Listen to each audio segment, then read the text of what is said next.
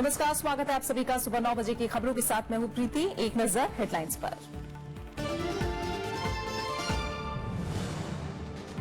पंजाब और गोवा विधानसभा चुनाव के लिए मतदान शुरू। दोनों राज्यों में करीब 1400 उम्मीदवार, 1 लाख से ज्यादा सुरक्षाकर्मी तैनात। अमृतसर लोकसभा सीट पर उपचुनाव के लिए भी वोटिंग।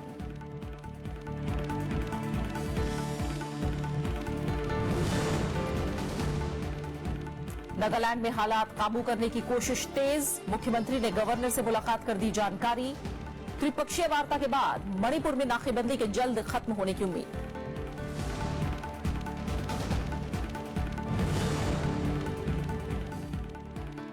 मेडिकल परीक्षा नीट में छात्रों को मिलेंगे 3 मौके। सीबीएसई ने कहा 2017 की परीक्षा को माना जाएगा पहला प्रयास।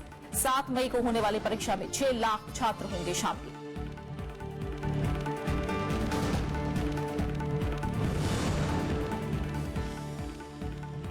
आधार से जुड़ी फर्जी वेबसाइट और ऐप्स पर गाज। 12 वेबसाइट और 12 ऐप्स बंद।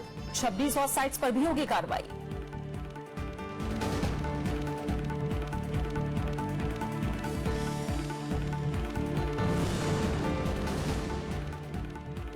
मिसाइल परीक्षण के बाद अमेरिका ने ईरान पर लगाए नए प्रतिबंध। ट्रंप की चेतावनी, आग से ना खेले ईरान। तेहरान ने दी जवाबी कार्रवाई की धमकी।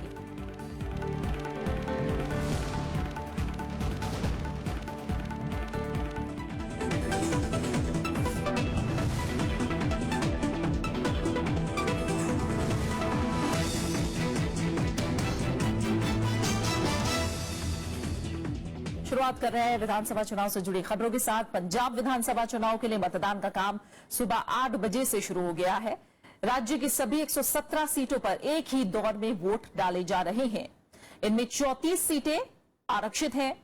वोटिंग को लेकर लोगों में खासा उत्साह देखा जा रहा है और लोग सुबह से ही मतदान केंद्रों का रुख कर रहे हैं। शांतिपूर्ण और निष्पक्ष चुनाव के लिए चुनाव आयोग ने सभी तैयारियां की हुई हैं। 1,98,79,000 मतदाताओं के लिए 22,615 मतदान केंद्र बनाए गए हैं। इतनी ही ईवीएम मशीनें भी लगाई गई हैं। पंजाब विधानसभा चुनाव में इस बार 51 महिलाओं सहित 1,145 उम्मीदवार चुनाव मैदान में हैं। सबसे ज्यादा 116 सीटों पर कांग्रेस, 112 पर आम आदमी पार्टी, 110 सीटों पर बीएसपी और 94 सीटों पर शिरोमणि अकाली दल ने अपने उम्मीदवार उतारे हैं। जबकि 23 सीटों पर बीजेपी और 23 सीटों पर सीपीआई, साथ ही 304 निर्दलीय उम्मीदवार भी चुनाव मैदान में हैं।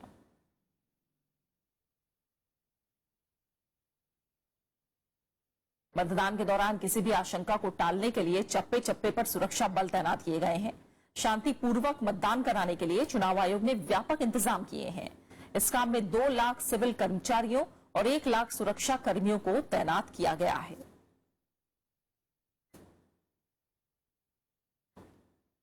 पंजाब में लोकतंत्र के इस पर्व में हर वर्ग के मतदाता पूरे उत्साह के साथ हिस्सा लेते हुए दिखाई दे रहे हैं। बुजुर्ग मतदाताओं के अलावा पहली बार वोटर बने युवाओं में मतदान को लेकर खासा जोश दिखाई देखने को मिल रहा है। इनके अलावा राजनीतिक दलों के नेता और उम्मीदवार भी अपना वोट डालने पहुंच रहे हैं। अनु दीवान हमारे संवाददाता पंजाब के बठिंडा से हमारे साथ जुड़ी हैं, उनका रुख करेंगे। अनु, कैसे चल रही है वोटिंग?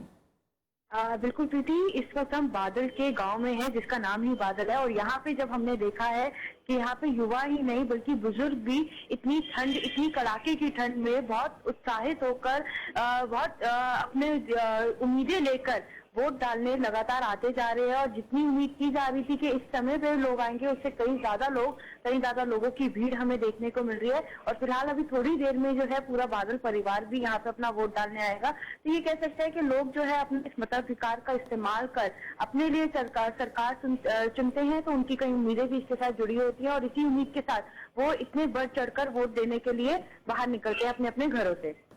अच्छा, इस बार क्या कुछ खास इंतजाम भी देखने को मिल रहे हैं अनु? क्योंकि हम देख रहे थे चुनाव आयोग पूरी कोशिशों में पिछले कई चुनाव से लगा हुआ है कि सभी तरह की सुविधाएं लोगों को दी जाए। जो कतार में खड़े लोग हैं उनके लिए कुर्सियों का इंतजाम हो। इस बार पता चल रहा था महिलाओं के लिए भी कुछ अलग रंगोली और इस तरह के बच्चों के लिए भी एक कॉर्नर बनाया गया। क्या इस तरह की अलग कुछ खास इंतजाम भी दिखाई दे रहे हैं इस बार आपको? बिल्कुल प्रीति, जिस तरह से इंतजाम चुनाव आयोग ने बोला था, बिल्कुल उसी तहत जो है यहाँ पे भी हम देख पा रहे हैं कि बुजुर्गों के लिए खास सुविधा दी जा रही है। और जितने भी पानी की सुविधा इन्होंने सामने रखी हुई है कि कोई भी वोटर अगर चाहे ठंड है लेकिन अगर प्यास लगती है तो उनके लिए खास सुविधाओं का इंतजाम है।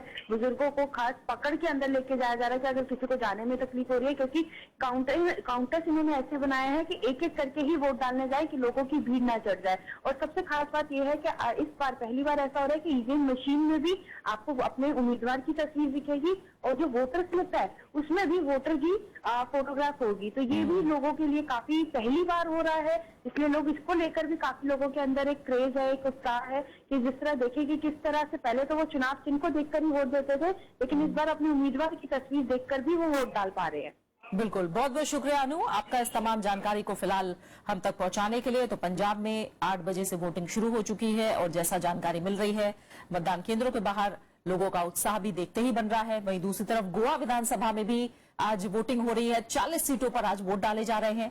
7 बजे से यहां मतदान शुरू हुआ और शाम 5 बजे तक मतदान का काम चलेगा। प्रदेश में 19 महिलाओं सहित 251 उम्मीदवार मैदान में हैं। करीब 11,10,000 मतदाताओं को राज्य में 1,642 मतदान केंद्रों पर वोट डालने हैं। करीब 32,000 युवा पहली बार अपने मताधिकार का इस्तेमाल करेंगे। निर्वाचन आयोग ने स्वतंत्र और निष्पक्ष चुनाव के लिए राज्य में सुरक्षा के व्यापक इंतजाम किए हुए हैं।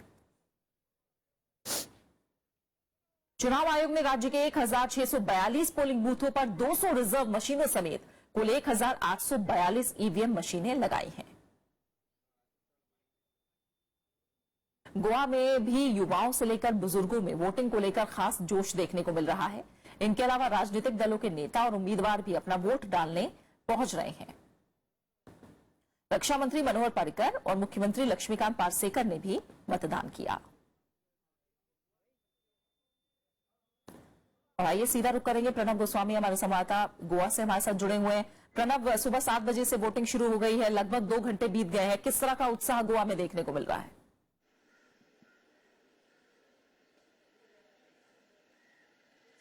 देखिए, गोवा में लोगों का उत्साह है वोट डालने को लेकर, लोकतंत्र के इस पर्व में, जश्न में शामिल होने को लेकर। और हमेशा से ही गोवा में जो वोटर टर्नआउट है, जो मतदान प्रतिशत है, वो बहुत ऊपर जाता है। पिछली बार 2012 के चुनाव की बात करें, 2014 में जो लोकसभा चुनाव हुए, तब भी 80% से ज्यादा वोटिंग हुई थी। और वही नजारा आज देखने को मिल रहा है। सुबह से ही वोटर्स अपने घरों से निकल रहे हैं और वो अपने मत का जो हक है उसका इस्तेमाल करने में खास रुचि दिखा रहे हैं। जहां पर मैं हूं अभी, ये पोलिंग स्टेशन है पणजी का, और ये इसलिए महत्वपूर्ण है क्योंकि यहाँ पर ये कहा जाए कि जो रक्षा मंत्री मनोहर पर्रिकर हैं वो यहाँ से वोट डालकर गए हैं अपना। ये उनका ये कहा जाए कि सबसे ज्यादा दबदबा उनका इसी क्षेत्र में है। और इस बार जो प्रतिष्ठा है वो दांव पर लगी हुई है। खासतौर पर बीजेपी के लिए मुश्किलें हो सकती है क्योंकि सत्ता विरोधी लहर जो है उसका सामना करना पड़ सकता है।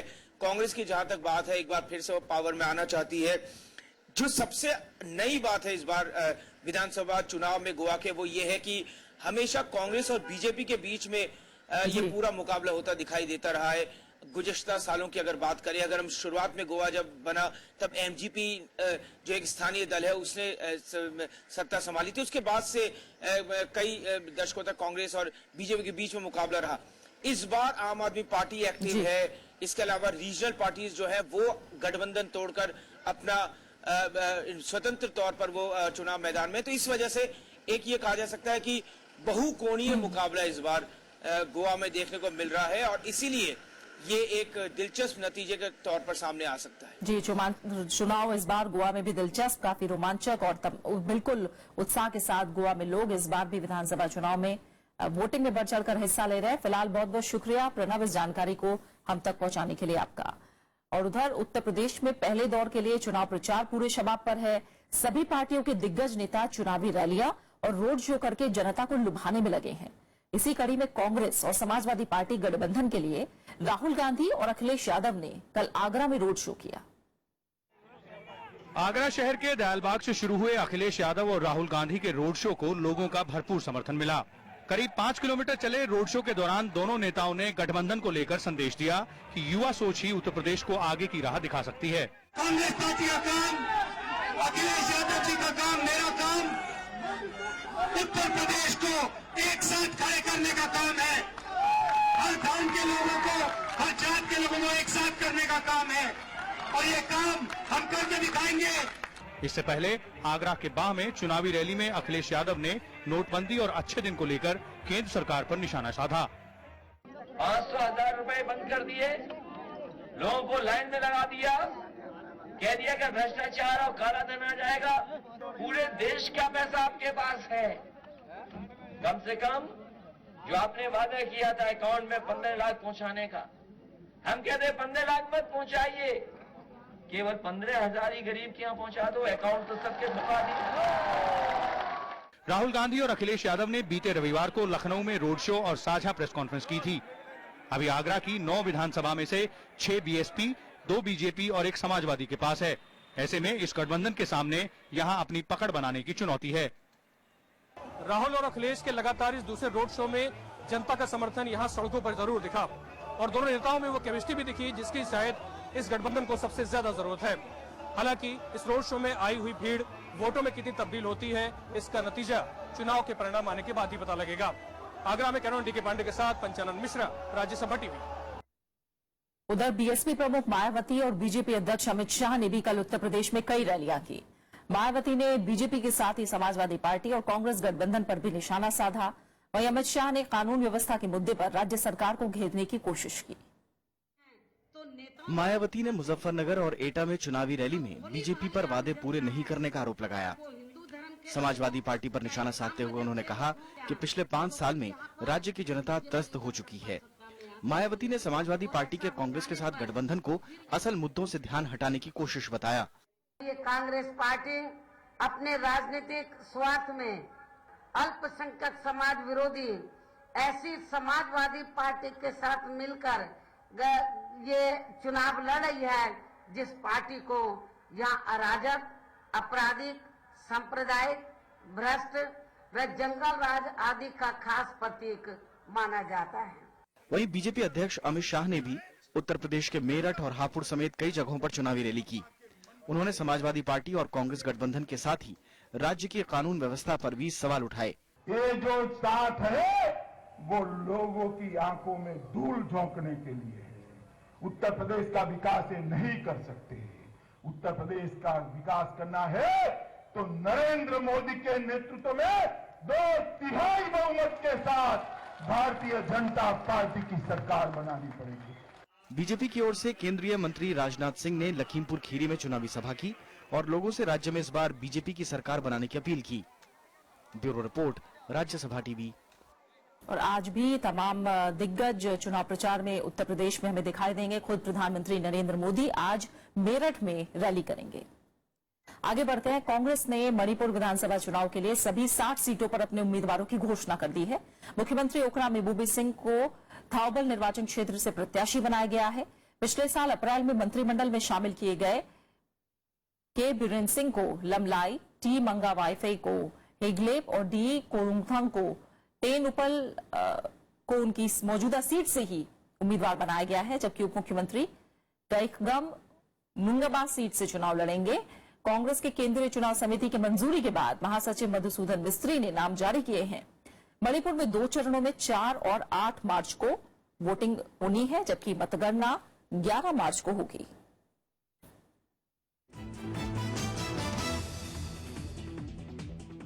और तमाम अहम खबरें जारी हैं। लौट रहे हैं एक छोटे से ब्रेक के बाद।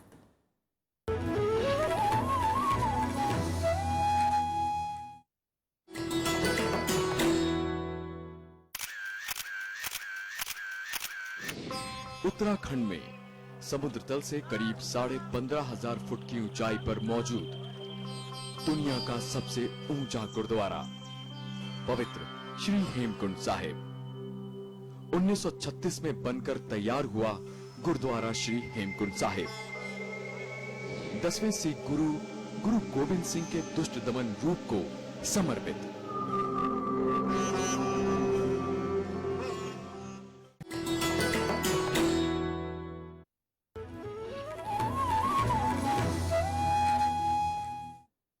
केंद्र सरकार ने नोटबंदी से जुड़े अध्यादेश लाए जाने की वजह से संबंधित बयान लोकसभा में रखा।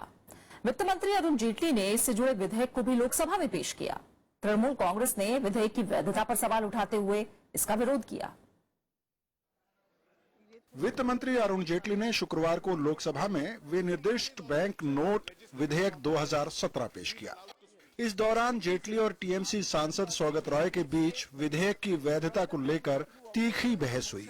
वित्त मंत्री ने सौगत रॉय के विधेयक के विरोध करने के आधार पर सवाल खड़े किए। Provided where the motion is opposed on the ground that the bill initiates a legislation outside the legislative competence of the House, the Speaker may permit a full discussion. Now his objection is, it's not a good bill. That's not legislative competence. Saugata Roy ने विधेयक की वैधता को लेकर सरकार पर निशाना साधा। उन्होंने कहा कि 8 नवंबर को प्रधानमंत्री की ओर से की गई नोटबंदी की घोषणा संवैधानिक प्रावधानों के खिलाफ है। सरकार ने अधिकार क्षेत्र से बाहर जाकर नोटबंदी का फैसला किया। सौगत रॉय ने कहा कि किसी मुद्रा को बंद करने का फैसला सिर्फ आरबीआई ही कर सकती है।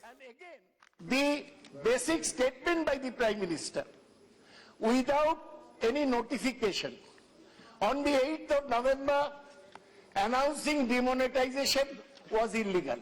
Now, the notification for demonetization should not have been given by the government, rather by the Reserve Bank of India.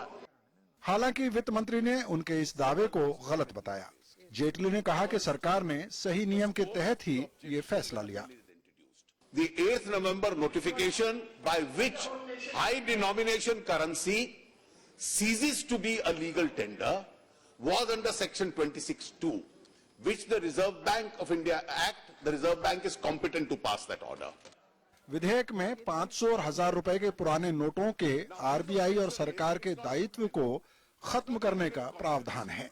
नोटबंदी लागू होने के बाद से तृणमूल कांग्रेस सरकार को इस मसले पर घेरने की कोशिश कर रही है। श्याम सुंदर, राज्यसभा टीवी। अपने सांसदों की गिरफ्तारी को लेकर टीएमसी का विरोध जारी है। पार्टी ने संसद के दोनों सदनों में कल इस मसले को उठाया। टीएमसी का आरोप है कि केंद्र सरकार राजनीतिक बदले की भावना से काम कर रही है। टीएमसी सांसदों ने लगातार दूसरे दिन राज्यसभा से वॉकआउट किया। टीएमसी सांसदों का आरोप है कि केंद्र सरकार विरोधी दलों के खिलाफ बदले की भावना से काम कर रही है। पार्टी सांसद डेरेक ओब्रायन ने शून्यकाल के दौरान ये मुद्दा उठाया। इसके साथ ही उन्होंने नोटबंदी के दौरान मारे गए लोगों को सदन में श्रद्धांजलि देने की भी मांग की। हालांकि सरकार ने टीएमसी पर गैर जरूरी मुद्दा उठाकर बाकी सदस्यों का वक्त बर्बाद करने की बात कही। Illegal arrest of our Lok Sabha leader and our MP. 1 and 2, sir. And 2, if not today, we will try again on Monday morning. We want this house to maintain 1 minute silence for the 120 deaths which have taken place. There is no notice. Sit down.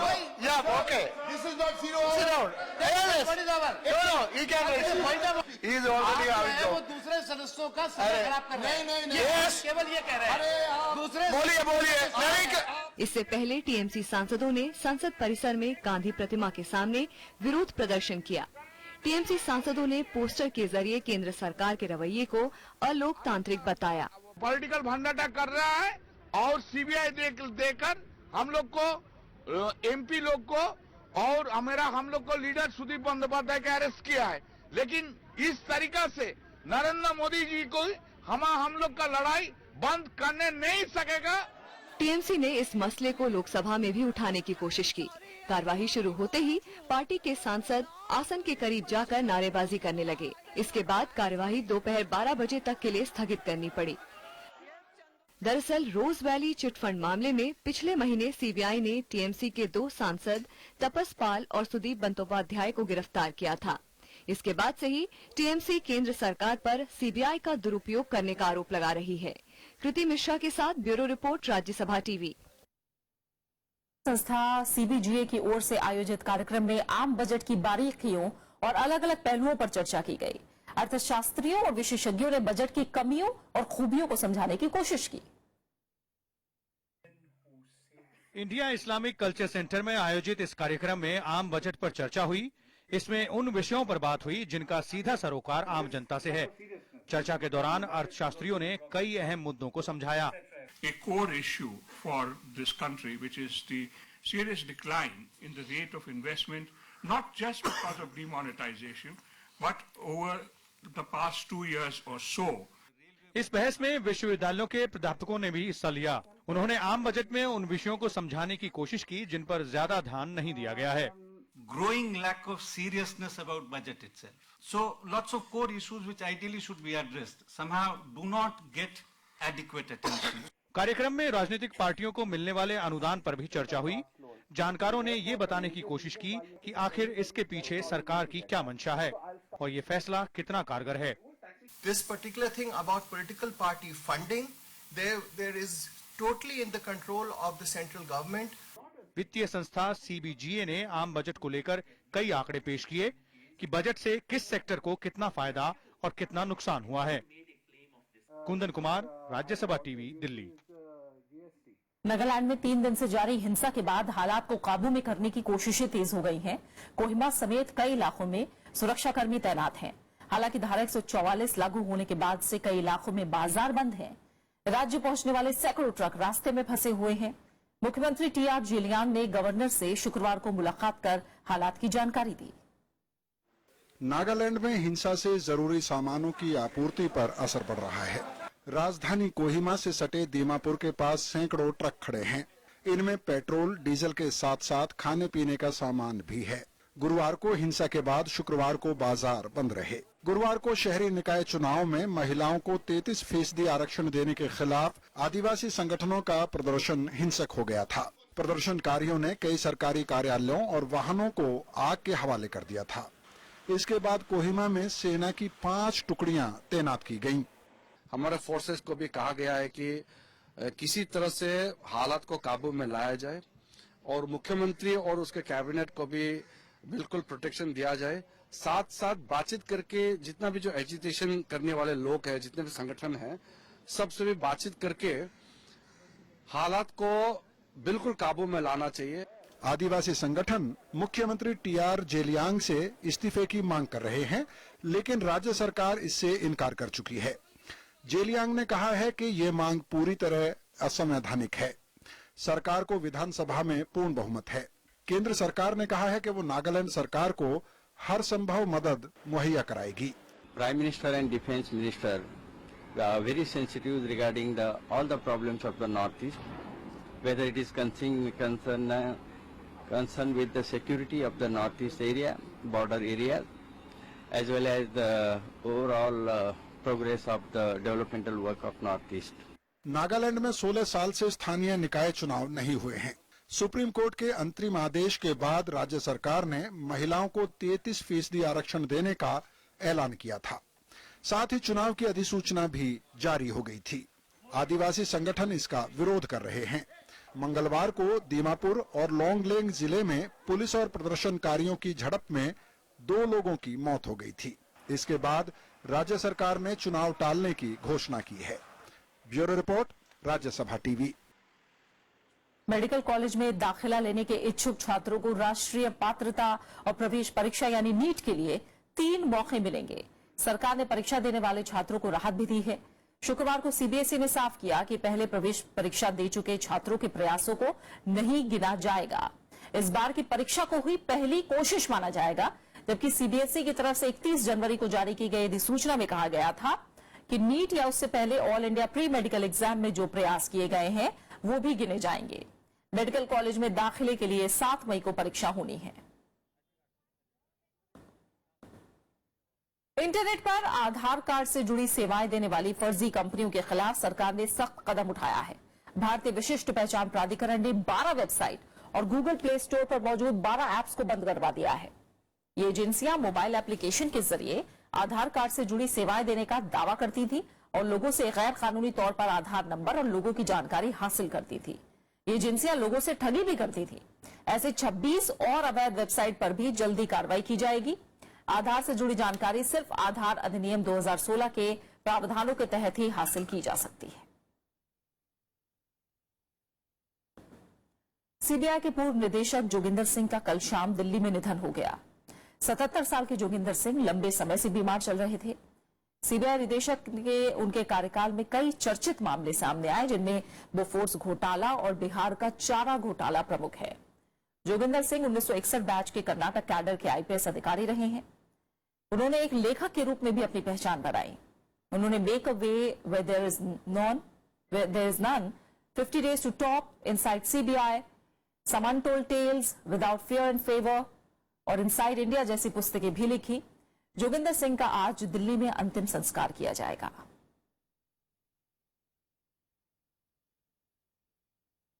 और अहम अंतर्राष्ट्रीय खबर में America और Iran के बीच तनाव बढ़ गया है। मिसाइल परीक्षण के बाद अमेरिका ने ईरान को कड़ी चेतावनी दी है, साथ ही कई पाबंदियां भी लागू कर दी हैं। इसके बदले ईरान ने भी जवाबी कार्रवाई करने की बात कही है। दूसरी तरफ जर्मनी ने मिसाइल टेस्ट को संयुक्त राष्ट्र सुरक्षा परिषद के प्रस्ताव का उल्लंघन बताया है। बैलिस्टिक मिसाइल परीक्षण के बाद अमेरिका ने ईरान पर नए प्रतिबंध लगा दिए हैं। पाबंदियों के तहत शुक्रवार को ईरान की कई कंपनियों को ब्लैकलिस्ट कर दिया गया। अमेरिका का आरोप है कि ईरान चरमपंथियों की मदद कर रहा है। अमेरिका के इस फैसले पर ईरान ने भी जवाबी कार्रवाई करने की बात कही है। ईरान का कहना है कि वो उन लोगों और कंपनियों पर कानूनी नियंत्रण लागू करेगा जिन्होंने चरमपंथियों को बढ़ावा दिया है। इससे पहले दोनों देशों के बीच सोशल मीडिया पर भी बयानबाजी का दौर चला। अमेरिकी राष्ट्रपति डोनाल्ड ट्रंप ने ईरान को चेतावनी दी। उन्होंने ट्विटर पर लिखा कि ईरान आग से खेल रहा है और पूर्व राष्ट्रपति बराक ओबामा ईरान के प्रति दयालु थे, लेकिन वो ऐसा नहीं करेंगे। दूसरी तरफ ईरान के विदेश मंत्री ने ट्विटर पर जवाब दिया कि तमाम खतरों का सामना करने के बावजूद ईरान कभी युद्ध की शुरुआत नहीं करेगा, लेकिन ईरान खुद की रक्षा करने में सक्षम है।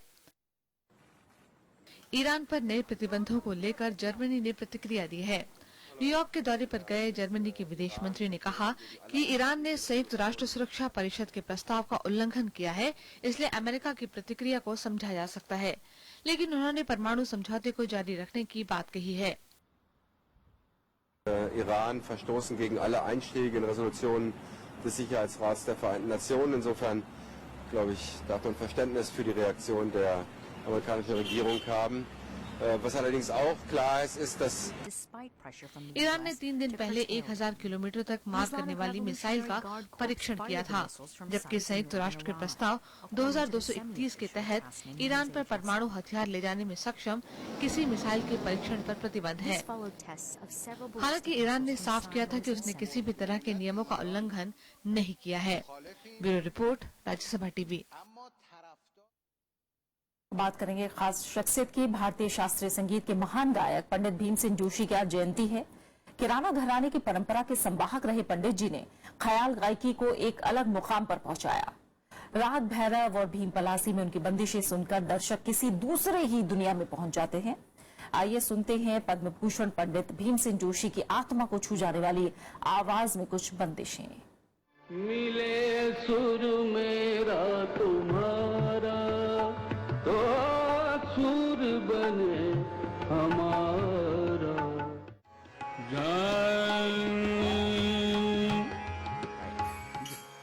काया नहीं तेरी नहीं तेरी काया नहीं। और अब आखिर में हेडलाइंस। पंजाब और गोवा विधानसभा चुनाव के लिए मतदान जारी। दोनों राज्यों में करीब 1400 उम्मीदवार, 1 लाख से ज्यादा सुरक्षाकर्मी तैनात। अमृतसर लोकसभा सीट पर उपचुनाव के लिए भी वोटिंग।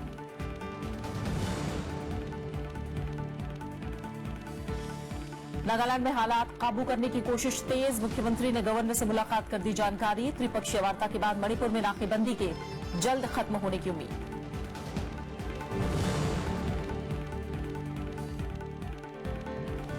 मेडिकल परीक्षा नीट में छात्रों को मिलेंगे 3 मौके। सीबीएसई ने कहा 2017 की परीक्षा को माना जाएगा पहला प्रयास। 7 मई को होने वाली परीक्षा में 6 लाख छात्र होंगे शामिल।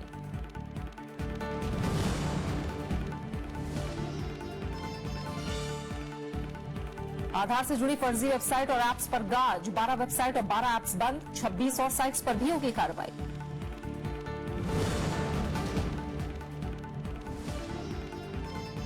मिसाइल परीक्षण के बाद अमेरिका ने ईरान पर लगाए नए प्रतिबंध। ट्रंप की चेतावनी, आग से न खेले ईरान।